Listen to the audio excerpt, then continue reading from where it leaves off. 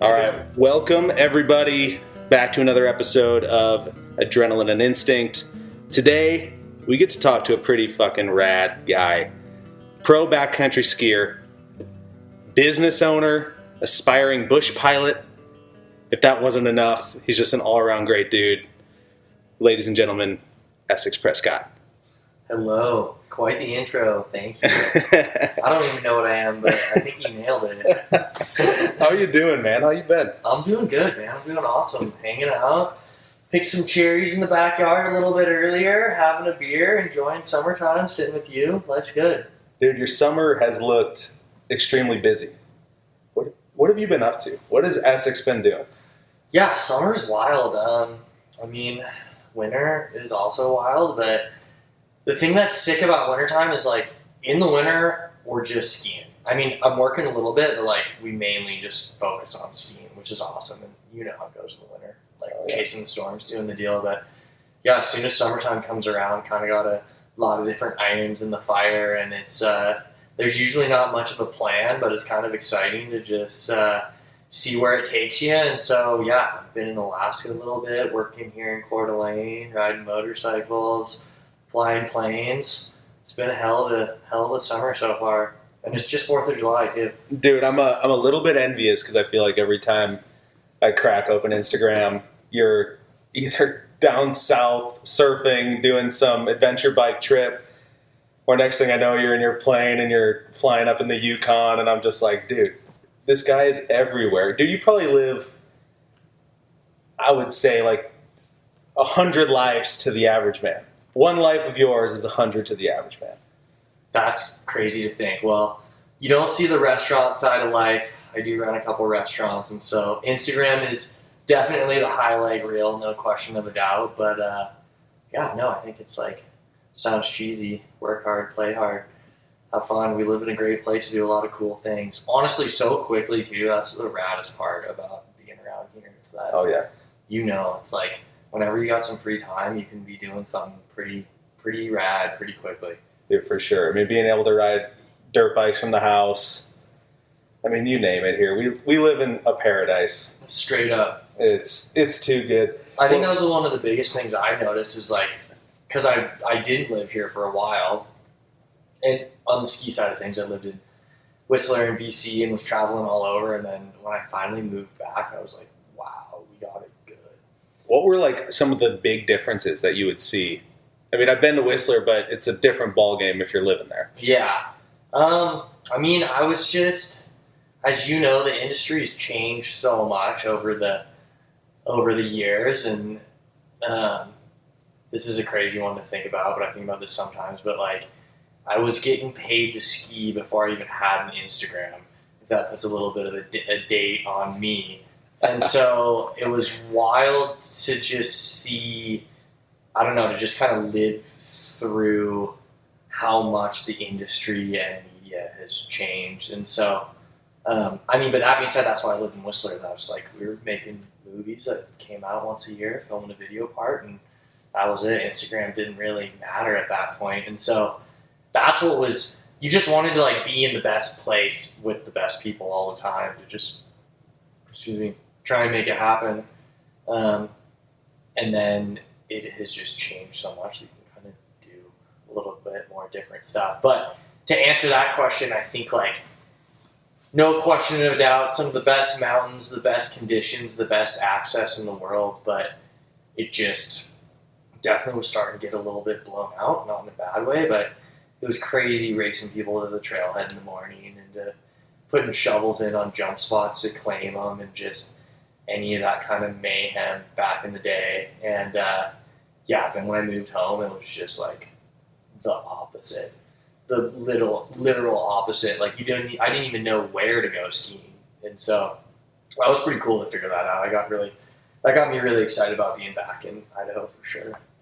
Dude, that's so sick. I mean, I think back to, like, a lot of the places I've lived, you know, and it's that perception of when you kind of find home, or for your case, you were home first and then, you know, decided to head out. But it's like when you find that spot that just checks all of the boxes, where Whistler could probably check damn near most of them, but when you're talking just the fact of not seeing people at the trailhead or not having to claim your spot, I mean, that just goes that much further. Amen. Yeah, it's funny. We talk about that. I think about that all the time. It's like, even meeting all you guys, right? Like, we were so excited to meet the sled crew just because you guys are like the only other people out there doing anything, right?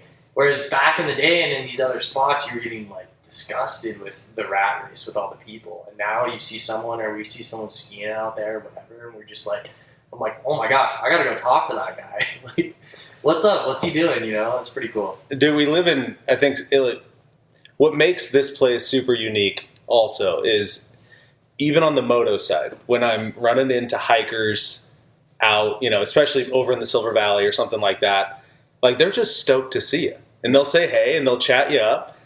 There's no derogatory looks or, stares, and they don't want to share the trail with you.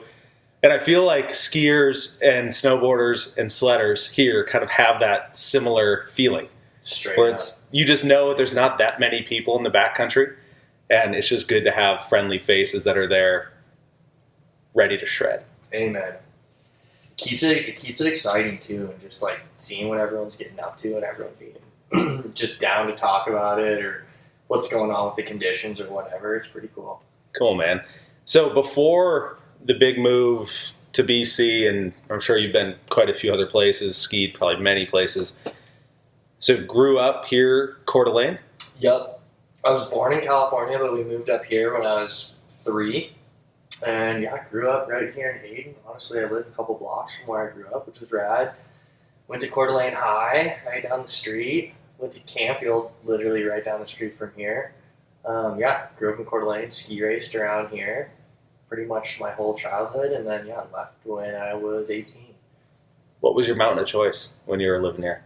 We were skiing Silver a lot at the beginning. That was kind of the home mountain, and then when I switched, and then I started ski racing for Schweitzer when I think I was like, I don't know, maybe 11 or 12 or something. We made the swap to Schweitzer then, so.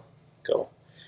11 or 12. Is that close to kind of when you started opening like the buoy and all of that stuff? If I remember hearing right, it was like a food truck on the water. Yeah. Oh man, that was it was young. We weren't doing food yet, but me and 2 buddies, Jared and Corey Schneider, we were teaching wakeboard lessons from a young age out on Hayden, which was super fun. I think we started when I was 14, Corey was 15, and Jared was 16 or something like that. It was a young age, and so we did that for a while. We didn't get into the food game until, probably when we were like 20, 21, yeah. Man, now look at the buoy today. Yeah. Your spot to go for frozen marks. Yeah, exactly. It's the frozen mark spot.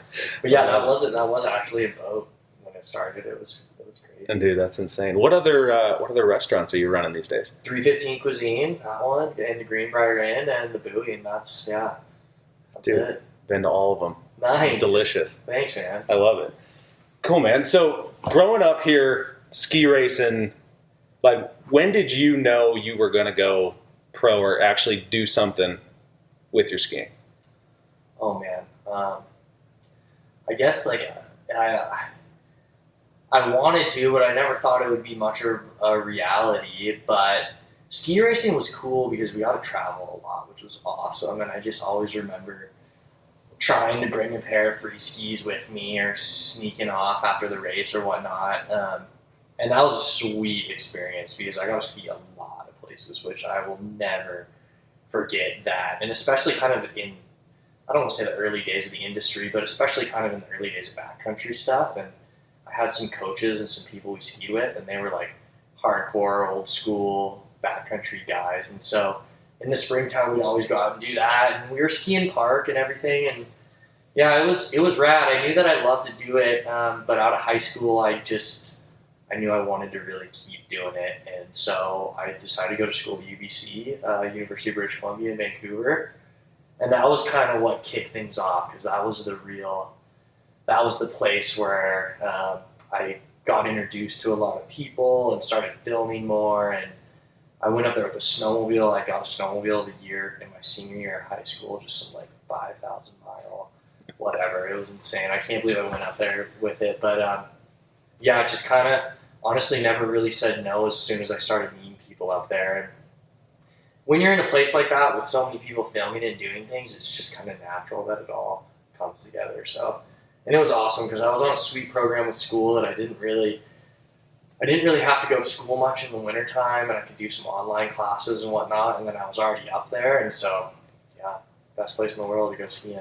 What would you, as I guess, kind of like attribute to like your big break or kind of that moment where you're like, I'm doing this, like this is actually happening? Yeah.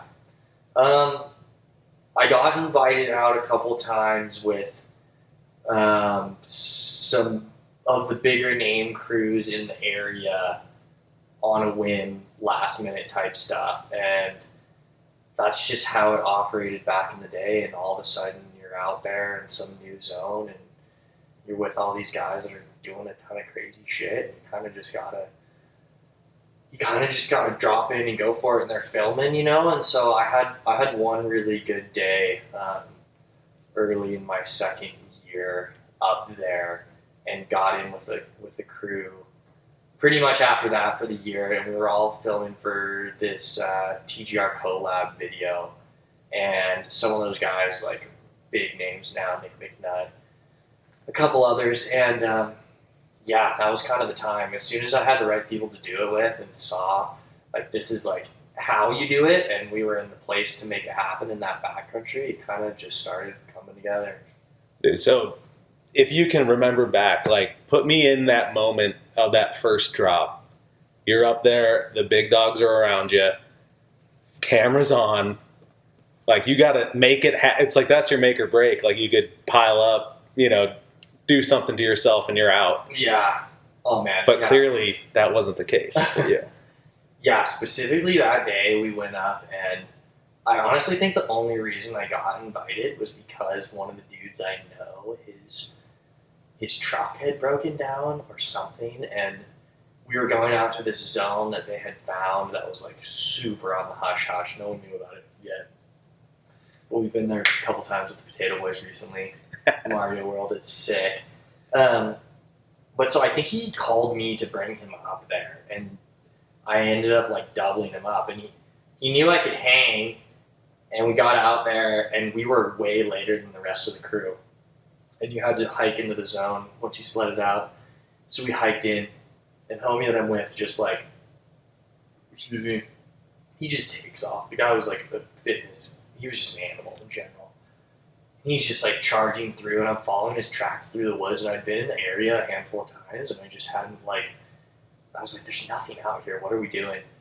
And we end up breaking out of the woods into just this crazy pillow zone, and the other guys had already been out there filming, and I show up to Nick Nutt just like going absolutely ham, and he just explodes and like blows his face up, and there's blood everywhere, and this is right as I show up. We're trying to like figure it out or whatever, and then they're like, okay, well, go get to the top, like it's your turn. And I'm just like, oh my gosh.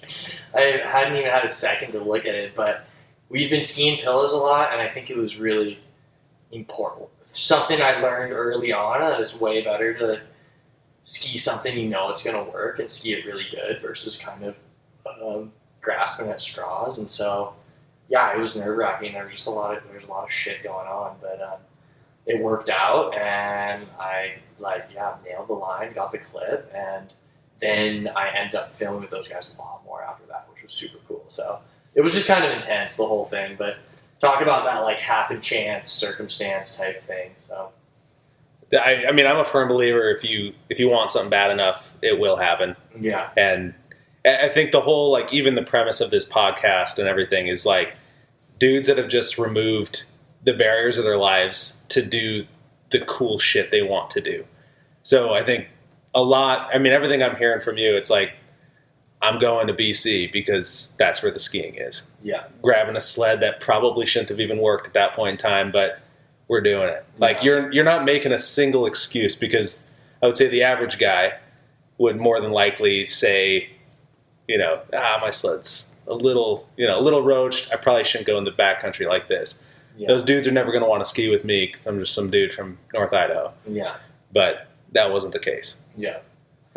No, that's a good way to say it. I think that's something we talk about a lot recently with the Potato Boys a little bit. It's like there's so many excuses and there's so much noise out there, and just learning what is a relevant excuse and what isn't. It's really hard to sort through that sometimes, and I think especially if you're doing something that I don't know, not a lot of other people are doing, or you don't have a lot of data on. It can get almost kind of some emotional thoughts of like what does matter, and what's a real excuse, and the things you got to ignore, but then also the things that you just absolutely can't ignore. So, I mean, I think for you guys too, though, it's what you do professionally and for fun.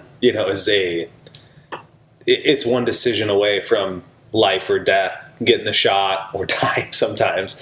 Like, not to put it that like insane, but like I get it. When you're battling the backcountry, and it's I mean, how many times have we seen where a skier gets caught somewhere bad? Yeah, and that was a judgment error. Totally.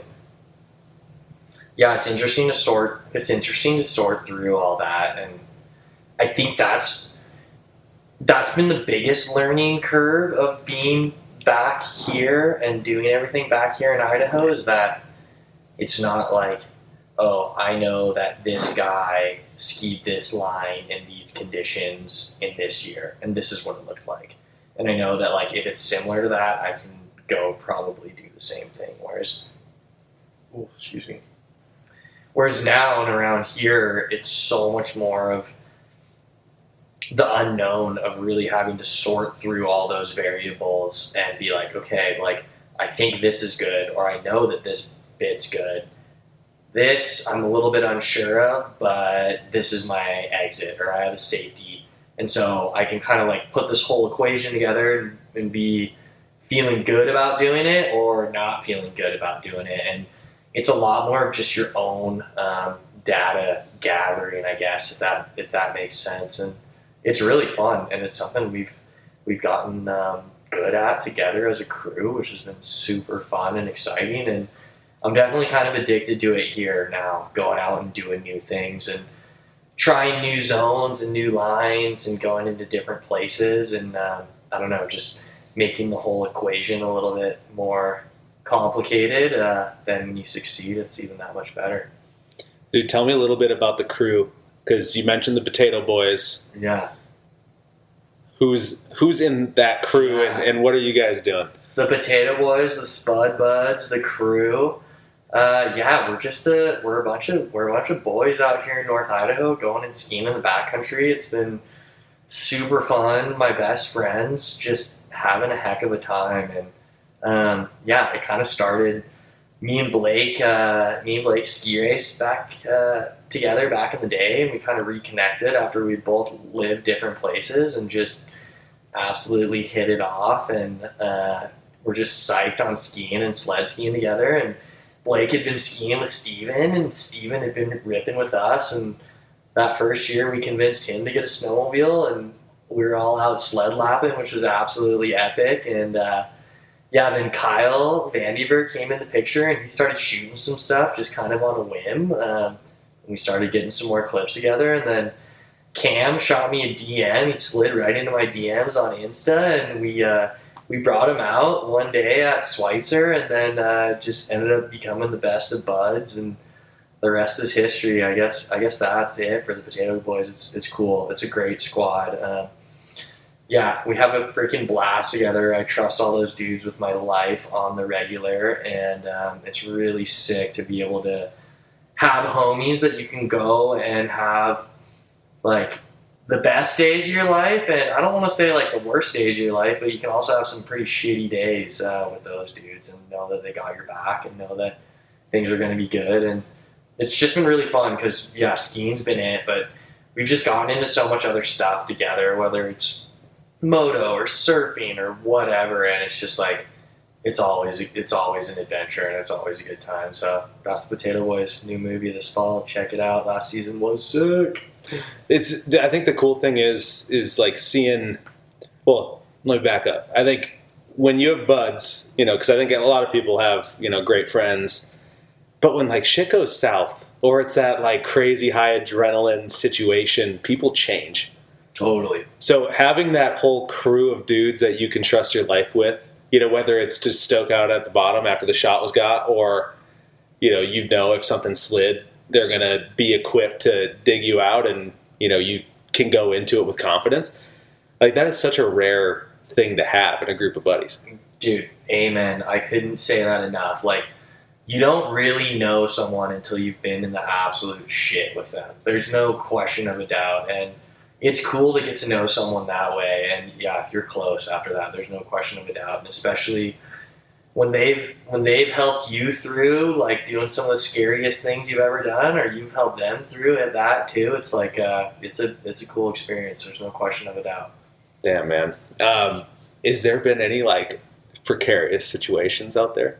Oh gosh, let's hear a couple of those stories. I don't know. I mean, I don't want to say every day is a precarious situation, but no, I think that like it just comes down to how much you want to suffer sometimes, and I feel like we're constantly evaluating that because some of these missions are just like 95% of it is just not fun. But it's part of the deal, so it is fun, and you're with the boys. But it just keeps getting so much more elaborate, honestly, and the places we're trying to see, and it's just so much work and effort, and so many things have to align for it to go right, and we're just like constantly out there, kind of rolling the dice, trying to make everything happen, and being as absolutely prepared as you possibly can be, and then most of the time getting shut down and having to deal with that, or it working out is crazy. But I think one of the craziest ones is last season in our series. We did like Famous Potatoes, a series, but we had really been trying to get into this one zone, and there were some super cool lines, like very intensive overnight camping, dropping all the gear out of the plane, like crazy lines with tunnels in them, like lots of exposure, super remote, just the whole shebang. And we got out there and we dropped the stuff out of the plane, and that is now we've got it dialed, but it's literally taken us like years to get it dialed because it's just crazy. Like, how often do you have to like low level fly through the mountains, like throwing duffel bags with a ton of gear and I'm out, like hitting the right spot, and how does that work with the weather and everything? So we've tried a million different things before the storm, after the storm, etc. So the lesson we learned on this one is don't drop on a lake, because we had dropped the gear on the lake and it had basically gone into the overflow, or like the ice stuff under the POW, and had gotten the POW off, and all of our overnight gear had frozen into the lake. And so we spent a whole day getting out there, and we were set up to like ski these crazy lines, and like everything was wild. We spend the whole day hiking in. We're toasted. We go to get the bags, and we uncover the snow, and they're literally like, you can see them frozen into the lake. They're like fossils. And we're talking our sleeping bags. Like, everything is torched. Was that like hot tent style out there with all of that? Yeah. And so we had the hot tent, and the hot tent literally saved our lives. I was going to say, like, what did you do? Yeah, it was crazy, because then, like, originally we thought it was only one of the bags that had gotten wet, and like we had some dry bags and stuff, but it ended up being that everyone's stuff got wet. All the sleeping stuff got wet, and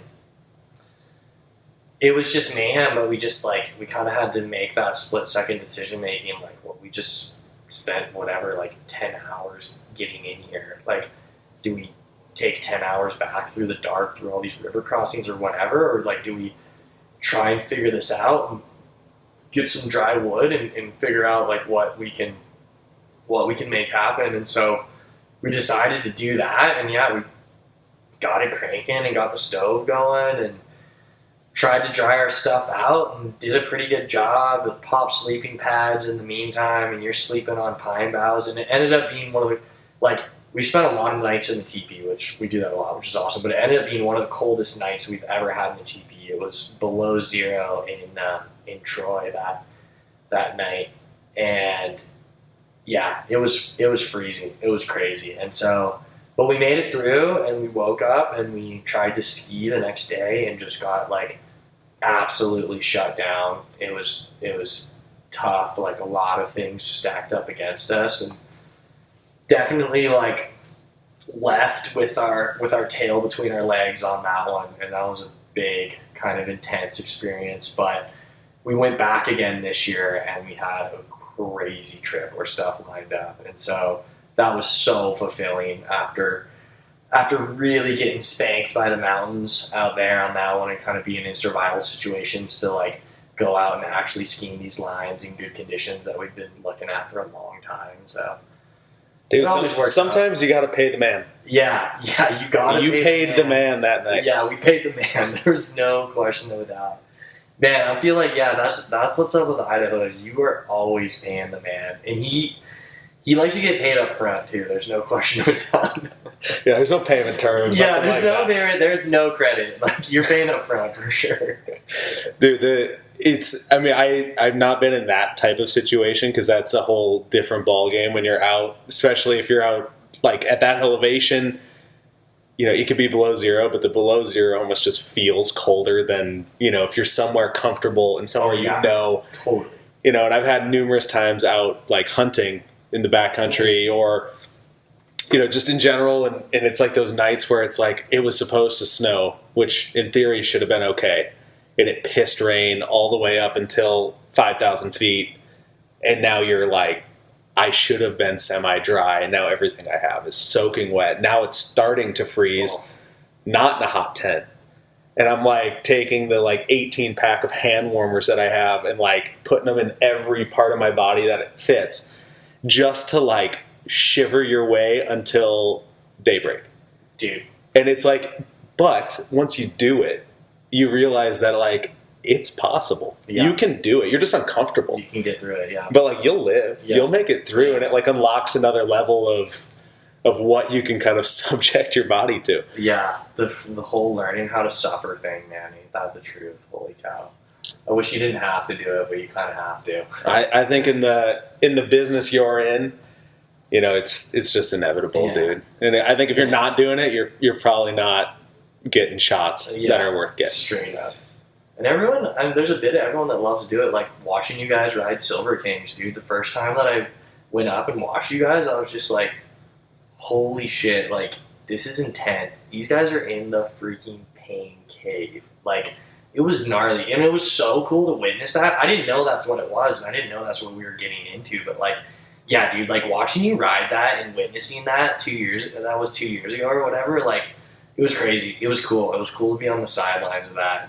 Because that's just not something you, like, get it. It's a pretty personal thing, and you don't really get to witness that with someone else, like, working through that, you know? Yeah. And that's pretty much exactly what Silver Kings is. It's just, like, suffering. You're literally paying to pay the man there. But you end up riding some of the stuff you never get to ride otherwise. So, like, sick. If you look at it from the right lens, you know, whether you're charging for, you know, placing or you're charging to finish and just like have that stamp.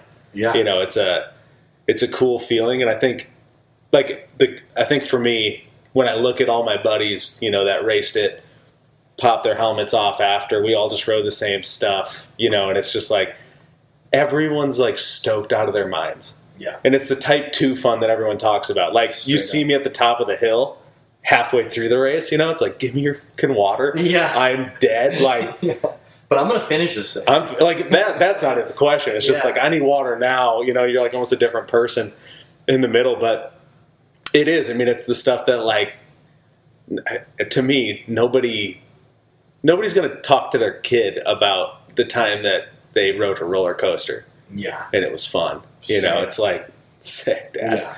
But like when you start talking about these other things, it was like in the moment, it was the worst thing in the world. Yeah. But now this story holds so much like weight and warmth after the fact. Yeah. It's powerful. Yeah. Well, and you're a better person because of it. Like you said, you know you can do it now. I think that's what's a crazy bit that you learn. And because like then if you go do the same thing afterwards, it's never going to be as bad, right? And so all of a sudden you kind of unlock this whole new, like, wow, like, I can do this. And your life gets kind of cheesy, but, like, your life gets a lot better after that because now you know your possibilities are so much more. And you don't know that until you, like, push it to that point. Yeah. You're like, oh, did I die? Like, nope. Okay. Well, I think, too, it's like half of it ends up being, like, it's such a massive learning lesson, you know, like you're probably never, like you said, going to drop your bags on a lake, on an alpine lake.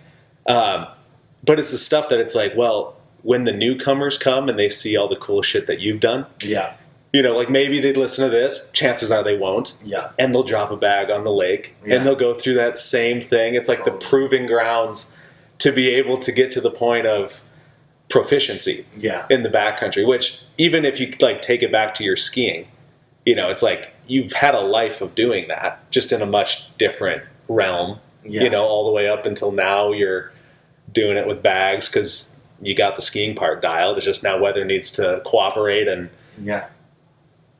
it's just insane. It's insane when you think about the what you go through to get to kind of where you're sitting today. Yeah, totally. It's a cool thing. You are. There, I will say, I was thinking on the drive over here, I was thinking about when I met you, which I think was at Canfield Mountain, down in the parking lot.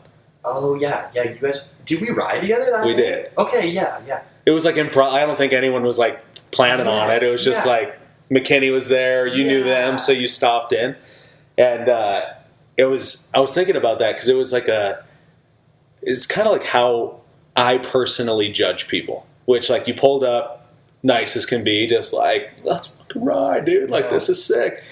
We go, we rip. You know, you're asking all sorts of questions about doing this, hey, climbing this hill, doing this rock. Green. Whatever. Yeah.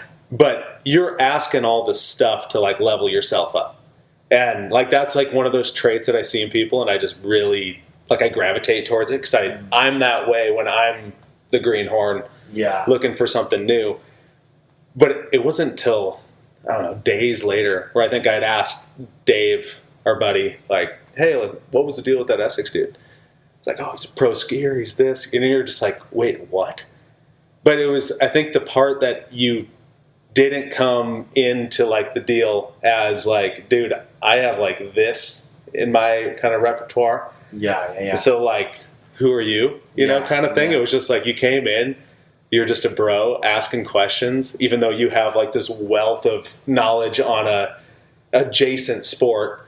And it was just something I respected the hell out of. Oh, thanks, dude. Yeah, man. It was good. Suck, man. I don't know. It's not like, it's impossible not to have one a little bit, but like, man, I feel like it's good to just be real. No, I try to be as no ego as possible. Like I said, there's always some, but yeah.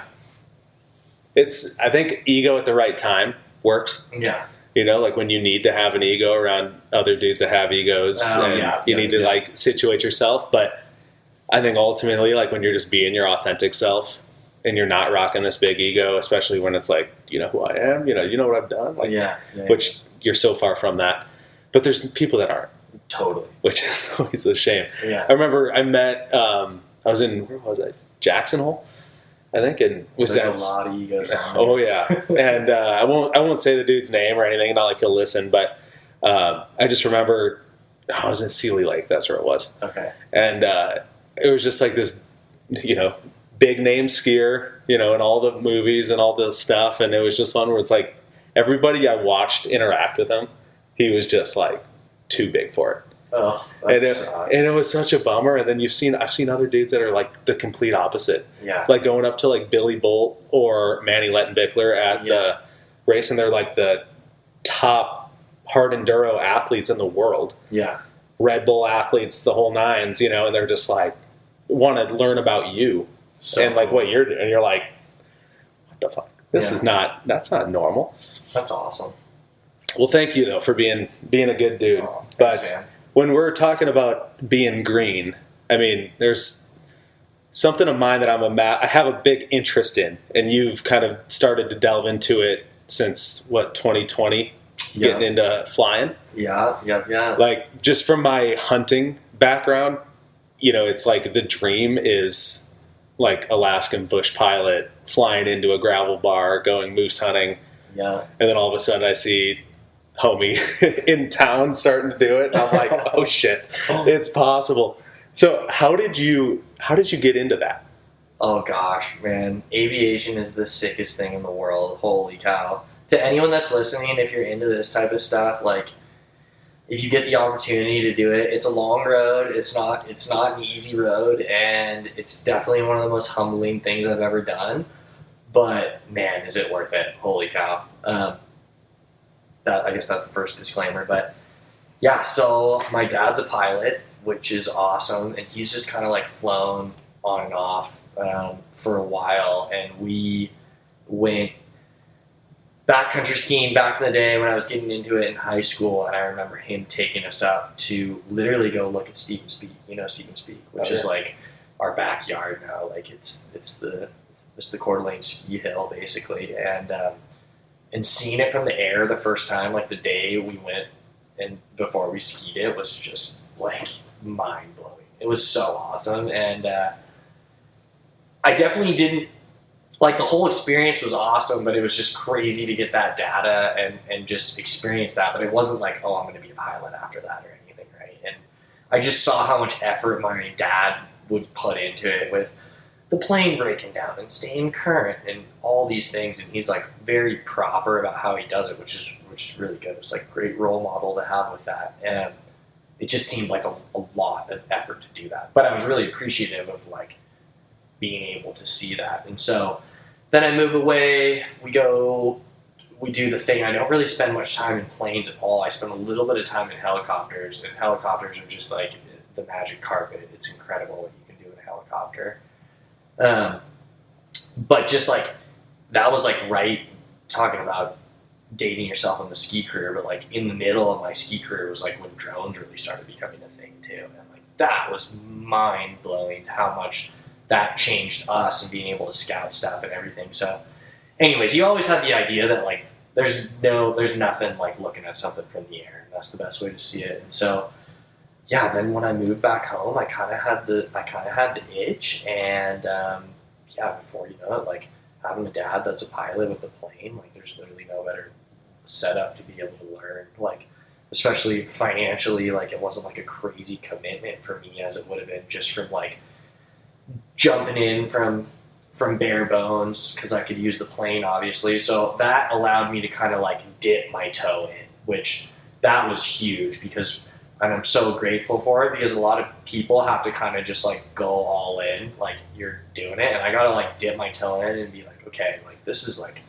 pretty cool. This is a rad deal. And there's just so much time in the early phases of just like, there's no better way to put it than there's just so many mechanics happening with the airplane and the weather and the wind and the temperature, that like it takes a long time to like really understand it. And I'm that type of person when I'm skiing or snowmobiling or whatever, like I just really want to like in my head understand like what's happening and how this works and like the mechanics of it, right? And so it takes a long time to get to that point in a plane, just because the consequences are so high, and it's really set up, like the whole aviation thing is set up for people to like go fly from this paved airstrip to this paved airstrip to like get a cheeseburger and then become an airline pilot or something, right? Which there's a lot involved in that, and rules and weather and everything, right? But like everything's like really set up for that. So like getting outside the lines of that is like it's tough and it's scary, and there's not a lot of info out there, and learning like what your airplane can do and what you can do and what's okay and what's not okay. That was a crazy process, and there's just no way to really know except for like luckily I was able to stumble upon like a great mentor I have here in Coeur d'Alene, and he was a pilot in Alaska for forever, and he owned a Part 135 operation doing air taxi stuff and whatnot. And once it was interesting because I knew him for a while, and he had helped us with some Famous Potatoes stuff early on, because he was the one flying early on, and we'd go up and take pictures, and he even flew the first bag drops and stuff. And he didn't really open up to me until he thought that I had enough experience, and then I remember him like taking me out and be like, okay, like this is how you like really fly, like this is like what you can do, and my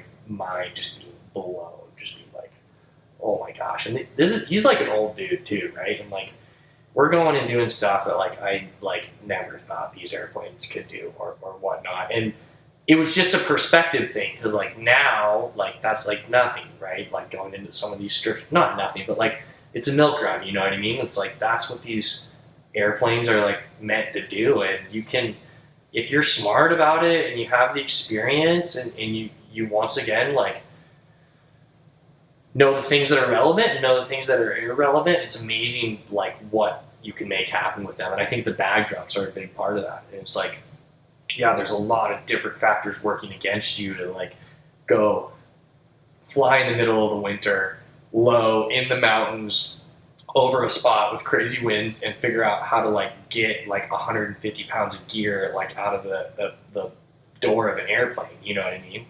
It's like when you think of it, when you write it down on paper, and especially when you're like used to doing touch and goes at the airport, you're just like, holy cow, like how am I going to do this? You know? But once you start learning and you figure it out, you like never want to push it and dive into things too much, but you're like, okay, like I practice this, I can maybe do this, or I practice this and I can do that. And that, it's crazy then when it like comes all together. And I feel like that's been such a rewarding part, is that it's just like going up and riding Canfield from when you live in Coeur d'Alene, right? And like hopping on your dirt bike and you're like, man, like just going and riding all the time. And like, man, I can take this corner like this, or I can do this, or whatever it is, right? It's like doing that in the plane and like learning all the skills to build yourself up to be able to do these things that you want to do with it. And just like from as simple as like going up and flying the plane light by yourself and just like practicing like the route you're going to fly with backdrop, like, and practice it today when the winds are like this, and then practice it tomorrow when the winds are like that, and like building up to that point of it actually happening. And that part of aviation is so rewarding, and it's so freaking cool. It's awesome, but there's a lot behind it. So yeah, I just was rambling. You can tell I love it. It's great. But is every time like you're out flying, are you practicing?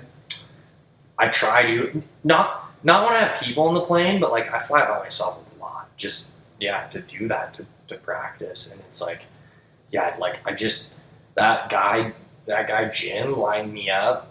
I mean, basically, I feel like he's been prepping me for this for years, which is crazy. But I had mentioned to him, I was like, man, because we'd been doing all this like kind of bush like stuff around here, and I was like, man, Jim, it'd be epic one day to like go like work up in Alaska and do something, like work a plane up in Alaska. And he thought I was ready, and before you know it, I'm getting a call from one of his buddies that he used to work on up there, and like not a lot of information about anything, but like Jim gave me the go, and the guy tells you, yeah, like hop in your plane and fly up here, and like we'll see how you hang, kind of thing.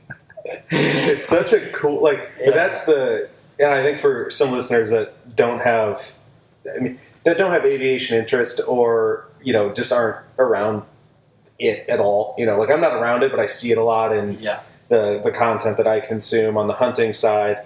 I mean, like up in Alaska, it's a way of life there, because there's so many remote islands and things that they need supplies, villages that need things, how many hunters they have in the backcountry where you're doing bag drops as a job. Yeah. And then just taking and air taxiing people from Kodiak Island over somewhere else, it's like that's an everyday thing. And they're float planes, they're tires, or they have the bush tires, bush wheels, the yeah. 35-inch, you know, monsters, landing on gravel bars. I mean, it's like, I think once you kind of see that it's like the ultimate all-terrain vehicle almost. I mean, it's obviously not, but in the ramp of getting to these remote places that I don't think you physically could get to outside of a boat and days of hiking. Yeah. I mean, it just like opens up so many things. And what would you say like is kind of like the biggest like eye-opening part of having your wings and just being able to do it. And just like,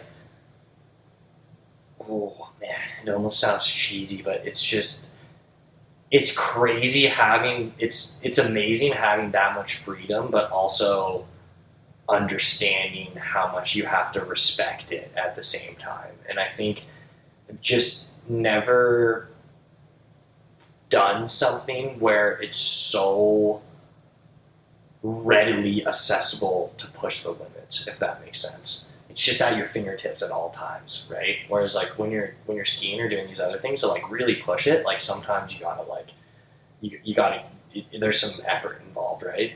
And especially when you're learning, it's like there's never like what's the best way to say it? You can, it's always there. It's a lot easier to get in over your head, and so you have to really respect it. So there's like a ton of freedom involved with it, but then at the same time, just like a huge amount of respect for it too, and kind of that learning process. And I think, yeah, so that part is really interesting, and that's why like these guys, like these bush pilots, and like this dude Jim that kind of brought me up and took me under his wing and set stuff up, and then all the people I was flying with up there, it's just, they're living in such a different world because we set ourselves up in all these situations to like perform at our highest level doing something, and like we're making risk for ourselves by going out and like skiing or snowmobiling or riding your dirt bike or whatever it is, and like we're chasing that. You feel alive after you do something like that. Like we're actively putting a lot of time and effort into making that happen. And like these guys that are doing that in Alaska as their jobs, like it's just like that's just their normal day-to-day life. Like it's crazy, and they are so good at mitigating their risk, but what they're doing is so intense already that it's like it's just they're operating on a totally different spectrum. And it's like it was really interesting to see because they don't like get the high from like doing something really cool. Like you do something cool, or like you land on that beach and you're loaded or whatever, and you get out, and I'm like buzzing, right? And like these guys are just like, and they're homies, all of them, and they like help me out so much, but like they're cool as a cucumber, and it's insane because that's just like their job is like getting home, right? Getting home safe, and it's crazy that they do that every day. It's really cool. It's a whole different beast, and just like Alaska in general, like outside of the aviation, that's just what it is up there. It's like it almost sounds like they're like us lower 48, or just folks that are just general hobbyists. I mean, you're not, you're obviously a pro, but we're creating risk, whether honestly, even if you're just out riding your dirt bike, you're creating more risk for yourself. It's like we're kind of like at the bottom and we strive for the top, totally. And we're kind of are accepting it that way. Yeah. And it's almost like these guys are like at the top and striving for the bottom. Yes. Like they're living life so redlined all the time that it's like they're probably getting highs when it's like it's a perfect landing. We're on our, I'm walking off the runway. Job's done today. Yeah, it's a job well done. And I think that was what was cool to see, is like there was that fulfillment from them, whether it was like really difficult doing the job, because we had days where the weather was shit and like it was just a lot going on, and then we had days where it was sunshine and rainbows, right? But like if the job got done, like it was a good day, right? Which was like, that was really cool to see, whether how intense it was. But yeah, it really got my mind thinking about the risk thing a lot, because I find we like almost put ourselves in these situations where we're like living that life for like little like bits of time. Like when we go drop the TP and like we do one of these multi-day things, like we're like, you're in that mind, you create it, but you're like in that mind space for that period of time, and that's what's happening. And it like feels like you're really living, which is freaking epic. But then like you gotta like turn around, like go home and like crawl in your freaking bed and like go back to work the next day, and it's like back to normal life, Like those people that are just doing that all the time and getting good at it, it's incredible. and they're true professionals, and they really like their tricks of the trade is just like insane to see what they learned and how they do it. So it seems like from the little exposure I've had to other pilots and things, it's like it almost seems like they're so meticulous, even though they do it every day. But it's like their checklist is like their legend. Like they're not deviating from their process. They have it the way it's done it because it's gotten them home every single night. And they just seem where it's like, and it's one of those where like I feel like myself, I get very ahead of myself where it's like, all right, let's go, let's do it, you know. And these guys are just reserved the whole time. I think like that might be a good word for it. Is like they're just reserved in the face of absolute danger and disciplined. Yeah, man, that's the truth. I've been thinking about that a lot too. And just like, it's easy when you're doing these things to like, I don't know, kind of be like, oh, like maybe I don't need to do the ECT in this pit or do this, or like I feel pretty good about that cornice, so I don't really need to go check it out or whatever, right? But then like seeing people operate on that and like you said, like living by a guideline of how they always run was like really impressive to see. And I think that's definitely a weakness I have. And Blake especially, like he's so good about having his routine and sticking to it, and it's a good thing to do. It's a smart thing to do. So because then it gives you a baseline for everything that you're doing, you know, and you're not like thinking back like, oh, did I remember to do that, or did I not remember to do that, or like, you know. I mean, I even think to like some snowmobilers that it's like, you know, they go out all the time, it's their life, and they forget to turn their beacon on one day. Straight up. Perfect example, right? And it's like, that's a checklist that like, luckily, a lot of the guys I ride with, I mean, it can happen to anybody.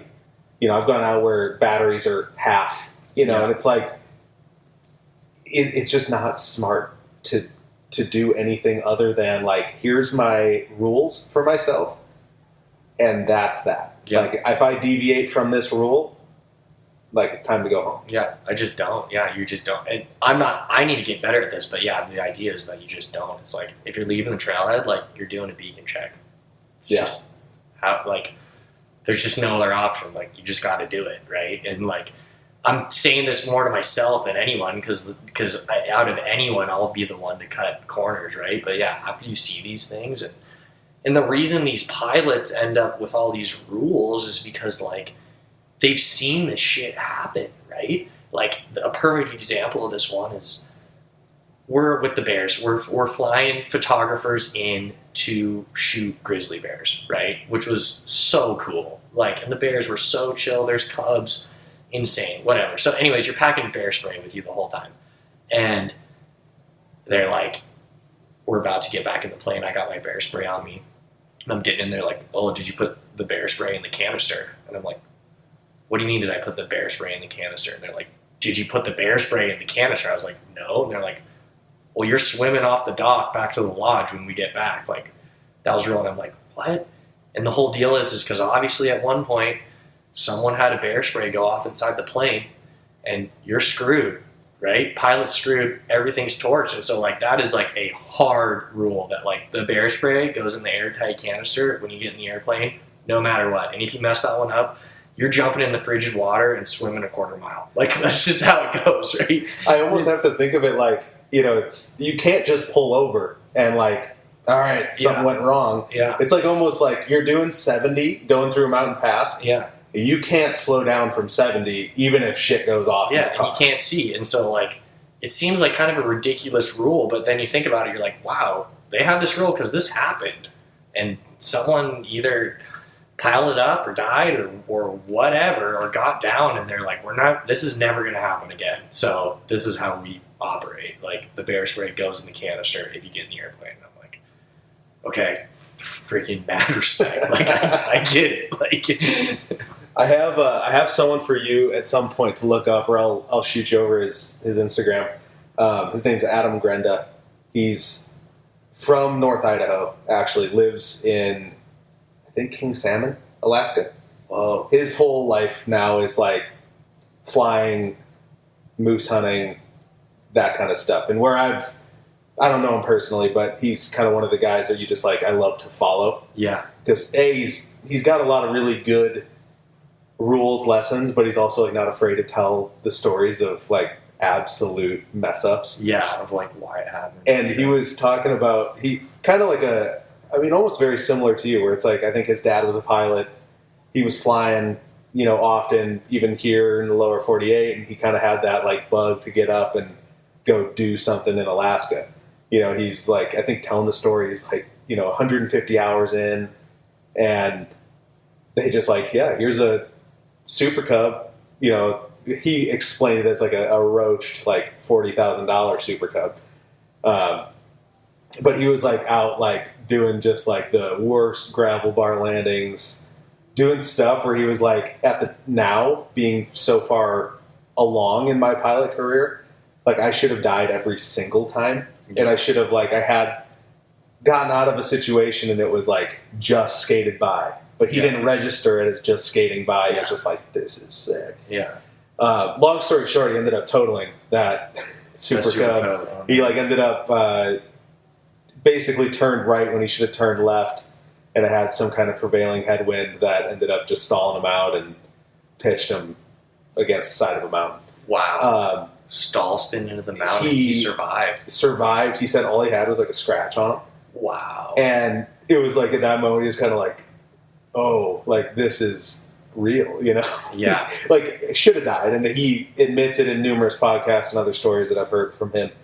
And he's got like other ones where he was then flying like a Beaver doing like air taxi stuff and was like, oh, I should be good on fuel.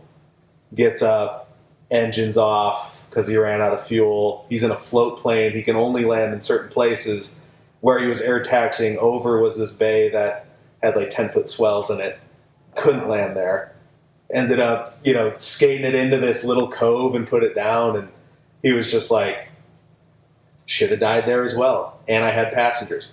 Wow. So it was like this, he constantly tells the story of like how close he's come to now he has this rule of threes. Where he's like, if 3 things go wrong in a day, I hang it up. Wow. And I'm kind of like, it's like, and I think it almost applies. Why I like it so much is because it almost applies to most things. Like if I'm going out for a long day hunting and I forgot my release. Okay, there's one. I get home, get my release, head out. I end up, my boots break a lace on my boot. And then all of a sudden I'm going in and then something else happens where it's like, might be a good day to just turn around. Yeah.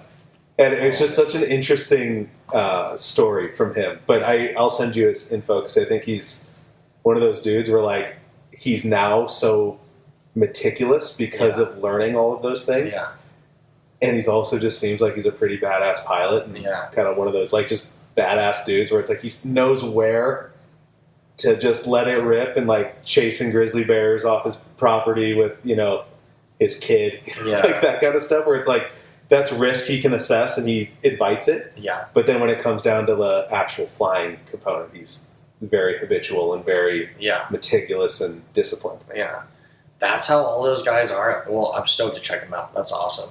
But that was like the most impressive thing is like, I hope it doesn't come off as sketchy because those guys aren't sketchy at all. Like they are just like tuned to like working and living in that environment in a very safe way, which is crazy. It just requires a lot of skill on their part all the time, and they're using all their skill all the time, which is so freaking badass. Holy cow! I think even your last Instagram post after you got back from your last trip to Alaska, like even though like the caption, at least the way I read it, I think it was like full of more respect and like.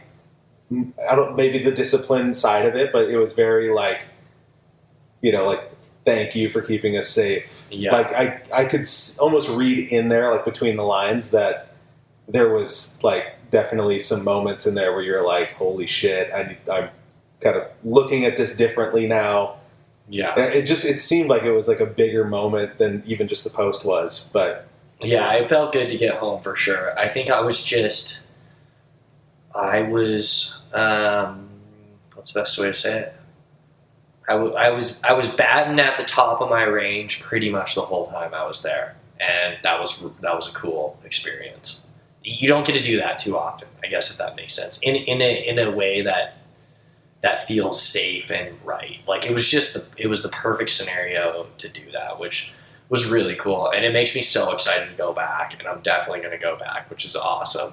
But it'll never be like that first time because I just had like very little information, and my guy here that set me up, he kind of knew he was throwing me to the wolves a little bit, and it was awesome, but it was crazy. So, well, dude, let's like step back because obviously there's a lot of real estate between here and Alaska, and obviously you flew your plane. So, like, run me through like what does that look like? Like, how many stops are you doing before you get into Alaska? You know, what does that planning look like? Yeah, that's the stuff I just don't think is out there or readily available. Yeah, totally. Traveling in a plane in general is awesome, and I think one thing that I really am happy I did is I got my instrument rating before I really started kind of doing more backcountry type flying, and so because we were going to surf all the time, right? And I was like, what is instrument? It's like so you can fly in the clouds and the weather, and you really learn how to travel in the plane a little bit better, like, and talking to control, making flight plans, like flying through the fog, like that type of stuff. And it's a totally different side of flying, but it's just as important. And I could see if I kind of got into the type of flying that I'm doing now first, I probably wouldn't have learned that side of things, but I'm so happy that I did because I end up using it all the time. Like for flight planning and dealing with like smoke and haze and whatever. But so anyways, because I've flown like the coast quite a bit and in and out of weather and whatnot on like IFR flight plans and whatnot. And so that was planning. It was not something, it was a much further distance and it was a lot more remote, but it wasn't like I hadn't like flown the plane really like a long distance before. But yeah, it was actually super cool because there's so many rad strips and there's a handful of different ways to do it. And it's just so freaking beautiful the whole way. It's crazy. But that's the funnest part about taking a plane that far is there's a lot of decisions to make. And it's like, what's the weather doing? Like, am I going under it? Am I going over it? Like, how much fuel do I have? Where can I land if this craps out and I go under it and I get turned around in a canyon? And you're like constantly making all these decisions. And especially the way up there is a lot different because you don't have any radar service for most of it. So like air traffic control can't see where you are and you can't see the weather. And so like when you're flying down here in the States, it's awesome to be able to pull up the radar and be like, oh, I'm about to like fly into this freaking massive storm cell because it's just a big green, yellow, red blob on your deal, right? Whereas like up there you don't have that. And so it's a little bit more old school planning, if that makes sense. But the towns are so rad and it's so cool. You're really in the middle of nowhere. There's one stretch that's like, 380 or 400 miles and you're just like totally on your own, not talking to anyone, like not really any roads. There's a couple like native villages and stuff. And there's all the data. And I got a lot of it from these Alaska guys once I came back. That's why I went a different route on the way back because they gave me their like, you can land here, but like don't land here. Like, and that's what's cool with, or it's like, oh, this beach, like this is a good spot to land. Like if you need to fuel up, because that's why you always carry extra fuel in the plane, but you got to be able to land to get the fuel in the wings. So, it's just a very it's just a puzzle putting it all together, which was really fun. And yeah, my girlfriend came with me on the way back, and it's just like quite the adventure to do it. And like sometimes you're scud running under the clouds, and sometimes the turbulence is gnarly, and like you might have to put in an 11-hour day to get in front of the weather or whatever. And I just wasn't sure if it was going to be too much. She's like, no, I really want to go. I'm like, okay, this might not be that fun, but it worked out perfect, and she loved it, which was great. So, dude, incredible. Do you how much time, between fuel ups? Like, how far are you getting on a reasonable tank? You can fly for 3 hours at 150 miles an hour. So you can go like 450 miles, 500 miles, yeah. I just landed on remote, and there's strips all over the place. Yeah, there's lots of little strips, which is cool. That's the coolest part about Canada and Alaska is there's just like places all over to land, and figuring out fuel's kind of tough. Who has fuel and when you can pump it and all those things, but there's quite a few people that fly out back and forth this time of year, right? It was Trent Palmer. I'm sure you've seen some of his stuff. Mm-hmm. We did the trip like opposite. We crossed paths, which was kind of crazy to see from his perspective of doing it too. But yeah, just like figuring out the fuel and then where you're gonna stay and just camping in the plane and stuff. It's pretty fun. It's cool. It's incredible. So with your like owning a plane, like what goes into like picking a plane? Oh gosh, yeah, that's the $1 million question, eh?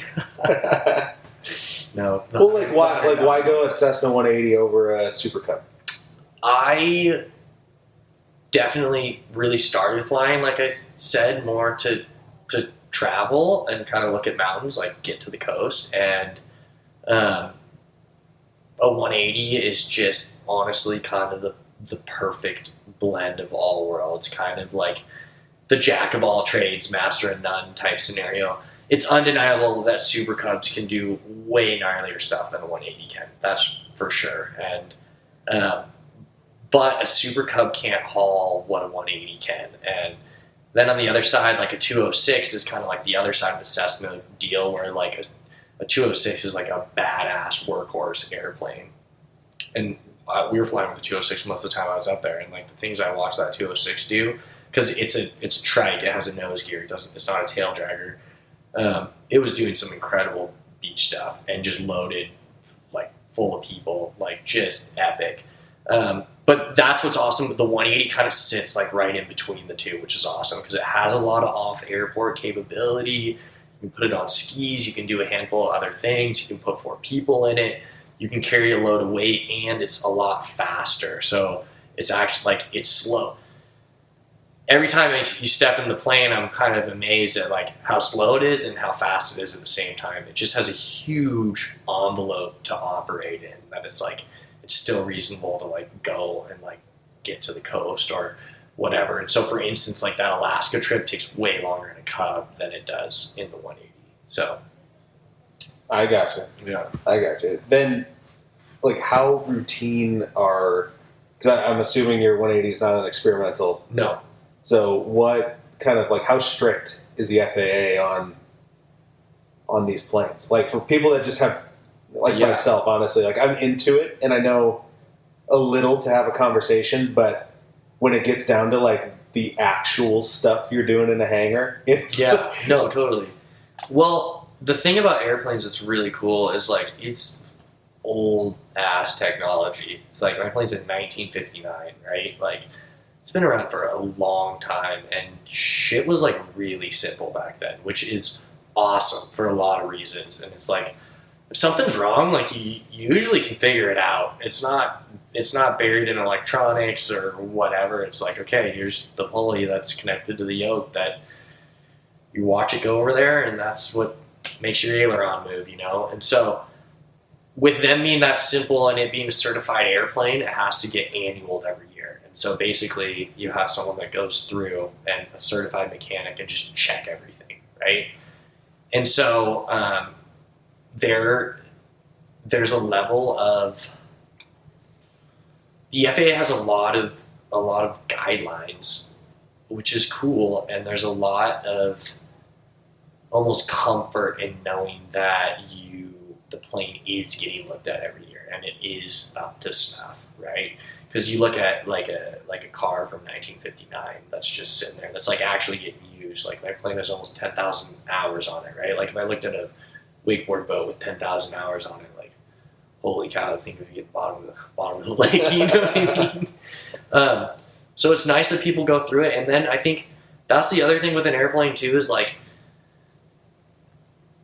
It's kind of ridiculous, but it's like the more you fly it, the less expensive it gets, right? And the more you fly them, the less shit breaks, honestly, too. Like they want to be flown and they need to be flown. And so, and then you start spreading your cost out over the hour of your insurance and your annual rules and whatnot.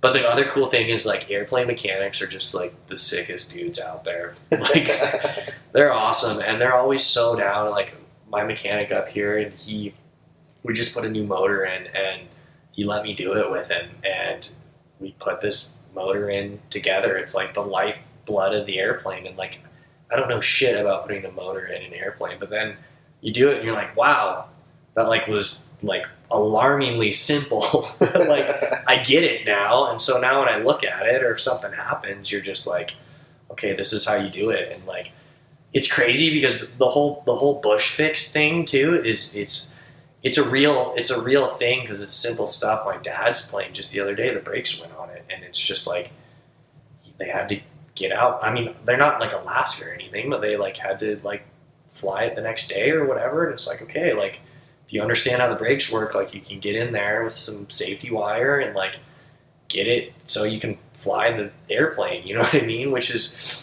and you eventually get it fixed, but once you understand it, you're like, yeah, this is gonna work. Like this is gonna be good for a little while. And so that's a crazy thing. And it's also like really rewarding to like work on your airplane and like jump in it and like go fly and not die. Does everything on the plane have to be done by a certified mechanic? Everything has to be basically checked by a certified mechanic. And so there's a certain level of things that you can do as a pilot that you that don't need to be checked. Basically, like you can change the oil, you can change your tires, you can do that type of stuff, right? But then there's other things that like need to be like, especially if it's like a long-term fix, like it needs to be checked, right? And I mean, I don't know the legality of like, but it's just pretty common sense that like, if the plane's broken somewhere, you got to get it home. Like you're gonna fix it and get it home. You know what I mean? And that's like, okay-ish, I guess.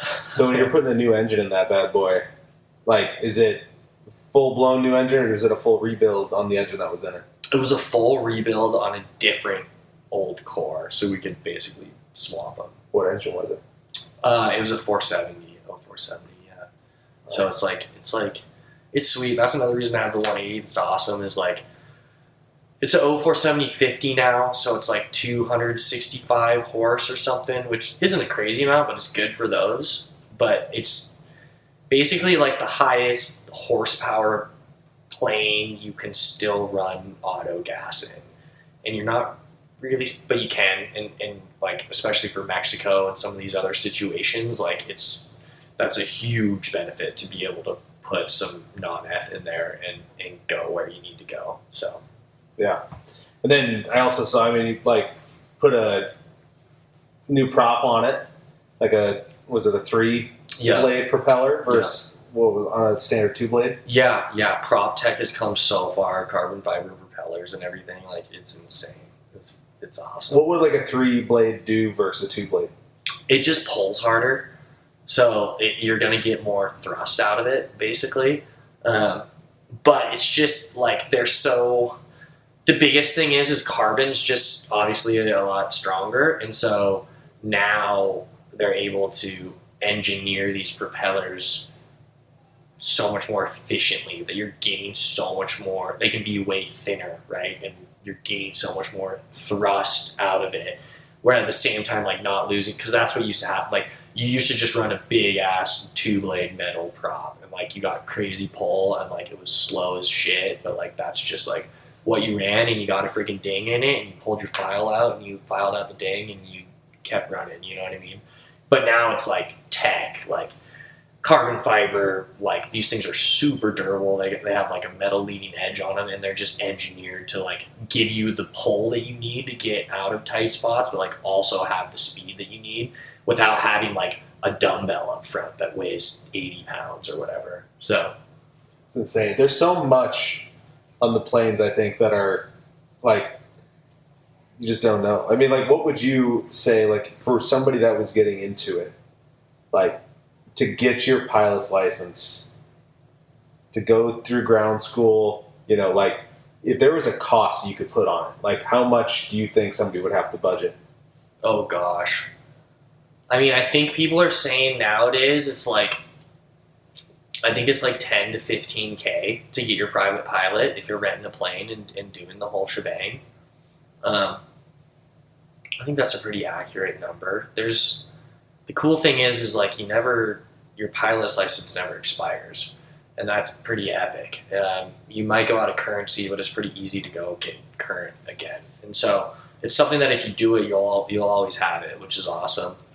But yeah, there's so many different ways to do it, and like if you can find an airplane to use and you can find an instructor that's independent to work with you to do it, then it's awesome. There's so many ways around it.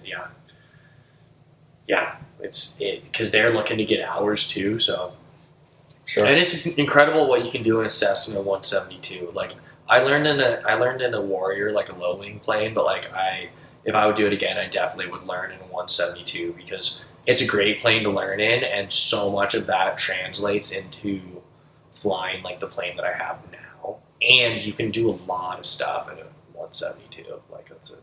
Yeah. Do you think it's like if you were to learn or get your license and at least get all those hours in something that will translate more to what you want to own eventually? Or are they all pretty universal as far as getting in one to the other? You definitely want to learn in something simple. I think that's clutch. A lot of people are learning in tail draggers these days. Blake's been talking about it, which has been cool. Just get a crew. Yeah. A North Idaho crew. Yeah, and do it. Yeah, no, which I think is awesome. And like, more power to you if you want to do that. It's going to be a lot harder, but you're going to get there quicker, which is cool. So, like, which is awesome. And I think that's one of the things about learning to fly is like there's lots of ups and downs, and a lot of times you're just like, man, this like sucks and this is hard. And I don't know if I can like do this or not. You know what I mean? And like, you almost don't want to make it harder on yourself than it is. But if you're used to that and you can manage that, then like, do it. Yeah. I mean, nothing, at least in my experience and opinion, there's nothing that you're going to get that type of reward and feeling from that doesn't also come with a lot of responsibility and moments of, oh shit. Totally. Yeah. Pay the man. Oh yeah. I love that. Pay the man. Pay the man. All right, man. Well, before we roll, what do you have going on this year? You got anything big you want to call out? Man, the flying thing is just like all sorts of new opportunities, which is so rad.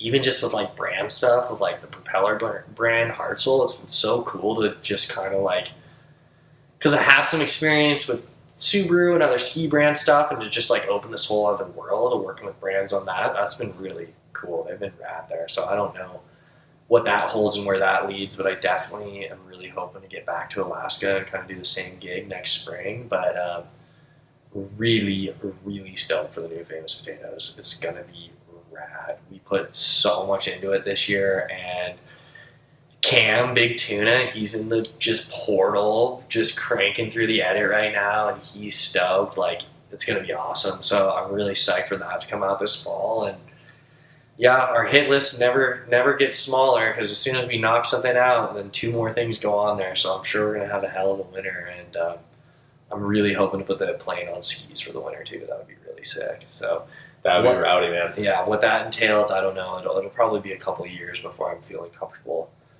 doing something great like skiing out of it and stuff. But it's a long road, man. Dude, you're living the life, dude. Like I said, one of yours is 100 to the common man. Oh, gosh. I got the baldness to prove it. Well, dude, I appreciate you jumping on, man.